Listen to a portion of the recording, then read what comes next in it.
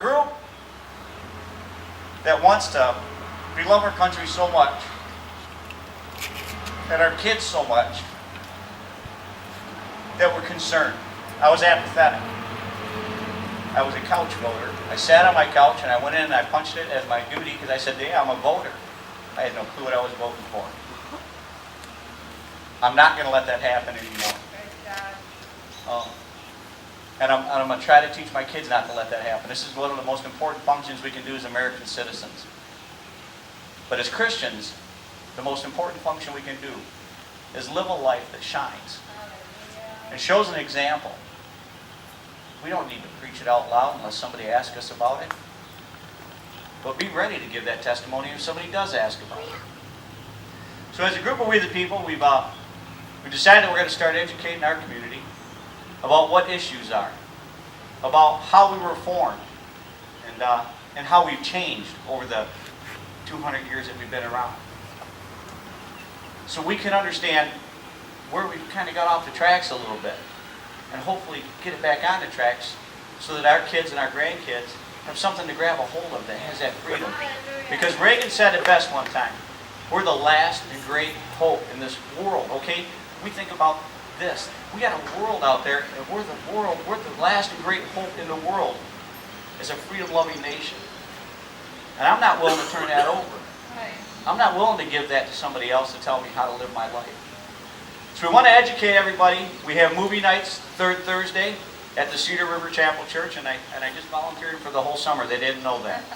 So if you join us on the third Thursday, we open the doors at 6:30. We try to fire the movie off at 7. And this one's going to be called Runaway Slave, the movie. Don't let the title fool you. It's relevant. You need to be there.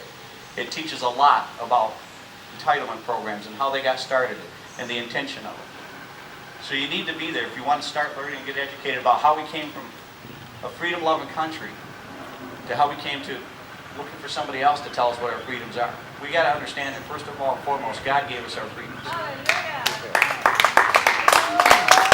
We need to be a moral society that can regulate those freedoms. And the only way we can regulate those freedoms is self-regulation. Okay, we need to take care of ourselves. So remember, and this is the oldest saying in the world, when you're pointing the finger out there, you've got 4 more point back at you. 3 more point back at you.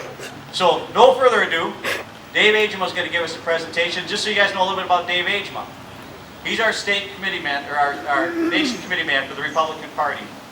One of the reasons why we've tried to get involved with the Republican Party and reform the Republican Party is because it was the party that stood closest to our values. At least our party doesn't stand there and deny God at their committee, their national committee floor. They don't stand there and want God taken off their agenda. So we have something to grab a hold of. We have to find out what we have in common so we can start getting involved and making changes. To take something that might be a little corrupt, okay, I'll correct that. That is totally corrupt. And try to, we say we've got corrupt government. Well, folks, guess what? We put them there. So if we're not voting for just, moral people, if we're voting for somebody that's going to give us something, then you're going to get what you're voting for. Because guess what? If you're voting for a selfish reason, they're getting in office for a selfish reason. Okay? Let's stop that. That is